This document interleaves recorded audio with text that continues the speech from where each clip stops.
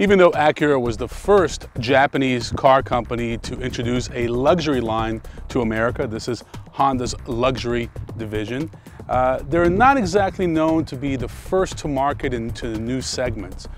For example, back around 2000, the BMW X5, Mercedes-Benz ML, and Lexus RX were already out. So those were three luxury crossovers that hit the market well before the introduction of the 2000 Acura MDX.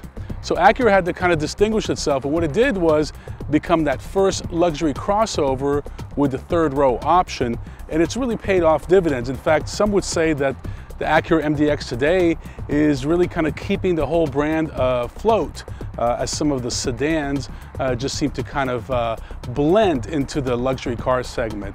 But this vehicle really seems to stand out. It has a ton of loyalty with its owners, and why not? It's a very reliable vehicle. So you have Honda quality with some upgraded materials, and the end result is a wonderful 7-passenger crossover. Each time Acura introduces a new MDX, the design elements are more evolutionary from the previous model. So what they've done is retain the same overall shape. Not much else you can do with a 7-passenger crossover, but they did give it a little more rounded lines, scalloped body. But overall, this is a design that Acura owners have grown accustomed to. It works well for them, and Acura didn't want to make too many radical changes from one model to the next. One of the signature design cues of every Acura, especially the MDX, is this 5-sided or pentagon-shaped grille. It really gives it kind of a distinctive look and lets you know from a mile away that this is an Acura coming. But here's what I really like. So now you have these 5 round LED lights. This is a design cue that I can really live with. This lets other drivers know from a mile away that this is an Acura coming at you, and it looks mean. Under the hood of the 2014 Acura MDX is a 3.5-liter V6 engine. Now that may sound familiar to you. That's because it's the same V6 they've had in the MDX since its inception. However, it's gone through many iterations. For example, this now has VCM, or variable cylinder management. What it does, it can cut down the cylinders from 6 down to 4, even down to 3, and that helps get better fuel economy. It's rated at 290 horsepower and 267 pound-feet of torque. And this engine has made it to a 6-speed automatic transmission, which by today's standards and by the competitors is a little bit behind the times, because Mercedes has a 7-speed, and as you know, BMW has an 8-speed. The 2014 Acura MDX is definitely a thirsty vehicle.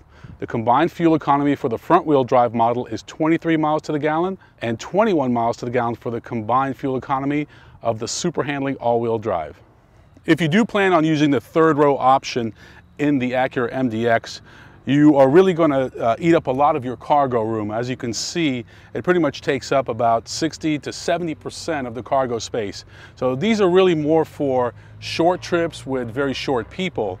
Not a lot of leg room in this third row, but that is pretty much basic for the class. You do have a power liftgate, which you would expect in a luxury vehicle like this. Essentially what they've done is they've taken all the things that people like about the Lexus RX and added a third row, and that really explains the success of the Acura MDX. Acura has done a really good job in refining the interior from the last model. One of the complaints were that there were too many buttons in the instrument panel, and they were kind of cumbersome, not very easy to use. So what Acura has done is really simplify things, and I think they've done a good job. They've kind of separated the two screens. As you can see, my navigation screen is up top, along with other things like, if you're going to make a phone call, audio, and there's a third screen between the tachometer and speedometer, and again, I think they've done a really good job with that. Seats are comfortable, steering wheel is proper size. I like these new rolling dials for the information and also for the volume control. And one thing they don't have in this vehicle that they have in the Honda Accord is that lane watch. That's the camera on the side. I'd like to see the technology from the Accord move into this vehicle. But overall, a great job in cleaning up the instrument panel from the old model. And I think the end result, as you can see, is a very clean, almost European look. The base price on a front-wheel drive MDX starts at just under $43,000, while a fully loaded super handling all-wheel drive can easily reach over $57,000. Overall, I like the way the MDX drives. It's relatively quiet. I think a 7 or 8-speed transmission would greatly enhance the overall driving of this vehicle, but it does a good job. Most MDX owners are not going to take their crossovers off-road like we're doing, but it's nice to know that you have that capability, especially if you opt for the SHAWD or Super Handling all-wheel drive version. Now that is going to add a couple of $1,000s, but if you need that capability, you certainly want to spend the extra money. So there you have it, the 2014 third generation Acura MDX. Now, even though when it started out, it targeted vehicles like the Mercedes-Benz ML and BMW X5, it's really evolved into a segment leader.